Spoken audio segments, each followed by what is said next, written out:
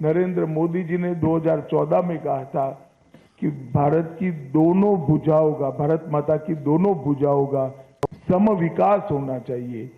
पश्चिम के क्षेत्रों में विकास काफी अच्छा हुआ है, कोई न कोई कारण से पूर्व के क्षेत्र पिछड़े हुए हैं। पूरा नॉर्थ ईस्ट, बंगाल, बिहार, उड़ीसा, पूरा भारतीय जनता पार्टी का शासन आने के बाद ये जो शुरुआत मोदी जी ने करी है पूर्व के विकास की, पूर्वोदय की, इसकी भी गति तीव्रता के साथ बढ़ेगी। मित्रों, एक बंगाल की मुख्यमंत्री जी अफवाह फैला रही हैं कि बंगाल में अगर भाजपा का शासन आया तो बाहरी लोग शासन करेंगे। मैं दीदी को बताना चाहता हूं, दीदी बंगाल का अगला मुख्यमंत्री बंगाल में ही रहने वाला, बंगाली मीडियम में पढ़ा लिखा और बंगाली बोलने वाला होगा। इतना ही है कि आपका भतीजा नहीं होगा, वो भारतीय जनता पार्टी का कार्यकर्ता होगा। अगली सरकार बंगाल के ही भारतीय जनता पार्टी के कार्यकर्ता ने बनानी है। भाइयों बहनों, भारतीय जनता पार्टी की सरकार बंगाल में बनने के बहुत बड़े मायने, हमारी सबसे पहली प्रायोरिटी होगी कि बंगाल की महिलाओं को हम सुरक्षा प्रदान करें, उनको भय से मुक्त करें। जिस राज्य की मुख्यमंत्री ये कहती हो कि 7 बजे के बाद महिलाओं को घर से निकलने की जरूरत क्या है, मैं मानता हूं उनको शासन करने का कोई अधिकार नहीं।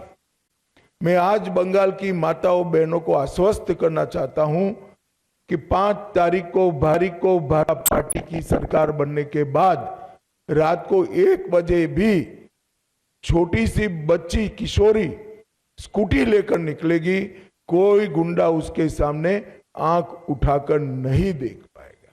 और ये प्रतीकात्मक रूप से हमने आरजी कर की पीड़िता की माताजी को और संदेश खाली की पीड़िता को भी हमने प्रत्याशी बनाया। जो बंगाल के टीएमसी के गुंडों की विक्टिम थी, वो असेंबली में बैठकर एक गुंडों के खिलाफ कठोर प्रशासन के नियम बनाने का काम करेगी। मुझे लगता है बहुत बड़ा परिवर्तन आने वाले दिनों में होने वाला है। और दीदी को महिला आरक्षण का विरोध करने का जवाब भी इस चुनाव में बंगाल की मातृशक्ति देगी, इसका मुझे पूरा विश्वास है। मित्रों, आज मैं बाकी सारे जो क्षेत्र बचे हैं उन लोगों को भी कहना चाहता हूं कि भारतीय जनता पार्टी की सरकार बनने के बाद व्यापारियों से कोई भतीजा टैक्स, भाईपो टैक्स नहीं लिया जाएगा। सिंडिकेट को हम समाप्त कर देंगे। जो प्रशासन का राजनीतिकरण हुआ है और राजनीति का क्रिमिनलाइजेशन हुआ है, वो एक प्रकार से नासूर बना हुआ है, उसको भी हम बंगाल की जनता को ये नासूर से मुक्त कराएंगे।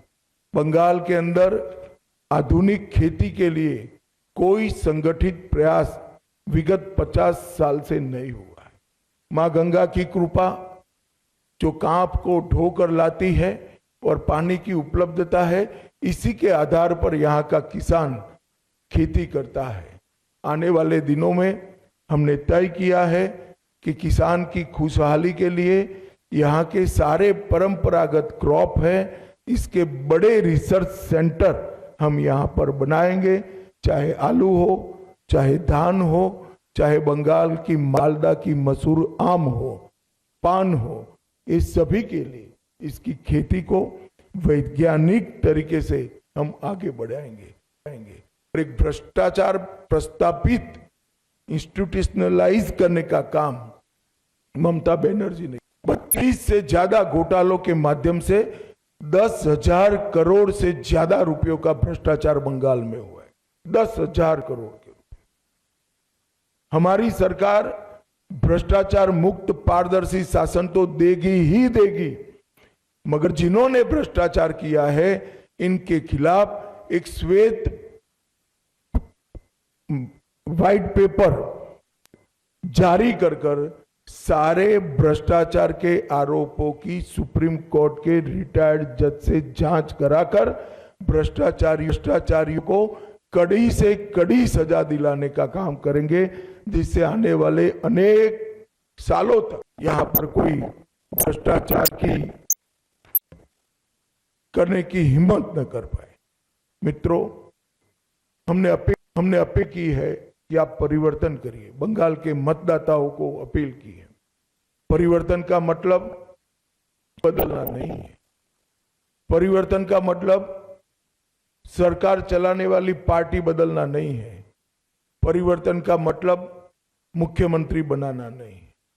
परिवर्तन का मतलब है घुसपैठ मुक्त बंगाल बनाना, घुसपैठ न हो ऐसी सीमाएं बनाना, भ्रष्टाचार से मुक्त प्रशासन देना, तुष्टीकरण की राजनीति से बंगाल को पूर्णतया मुक्त कर देना, रंगदारी और सिंडिकेट राज समाप्त करना, विकास की तेज रफ्तार, उद्योगों के लिए लाल जाजम उनका स्वागत और इसके माध्यम से युवाओं के लिए रोजगारी को आगे बढ़ाना, आधुनिक इंफ्रास्ट्रक्चर और इन्वेस्टमेंट दोनों के लिए short term long term policy बनाना और संसाधन जुटाकर इसको जमीन पर उतारना, कानून का राज प्रस्तापित करना, कैडर राज से बंगाल की जनता को मुक्त करना और प्रशासन पर राजनीतिक दबाव मुक्त कर देना। मित्रों, हजारों हेक्टर भूमि अनधिकृत एंक्रोचमेंट में है। हम आसाम की तर्ज पर बंगाल में भी अनधिकृत एंक्रोचमेंट पर बहुत बड़ा ड्राइव चलाकर ये जमीन को बंगाल के विकास के लिए मुक्त कराने का काम करेंगे। यहाँ पर धार्मिक उत्सवों पर हमले की जो परंपरा बनी है, हम सुनिश्चित करेंगे कि सभी प्रकार के धार्मिक उत्सव, चाहे रामनवमी हो, चाहे सरस्वती पूजा हो, चाहे दुर्गा विसर्जन हो, कोई इस पर हमला न कर पाए, वो सुनिश्चित करेंगे। अंत में बंगाल की जनता को इतना ही कहना चाहता हूं, देश का एक बहुत बड़ा हिस्सा नरेंद्र मोदी जी के नेतृत्व में विकसित भारत की यात्रा में जुड़ चुका है। आपका प्यार, आपका उत्साह, आपका एक प्रकार का भरोसा कि पूरे प्रचार अभियान में नरेंद्र मोदी जी के लिए सरफेस पर आकर दिखाई पड़ा है और मैं मान के भरोसा वोट में कन्वर्ट होकर विजय भारतीय जनता पार्टी की कराएगा।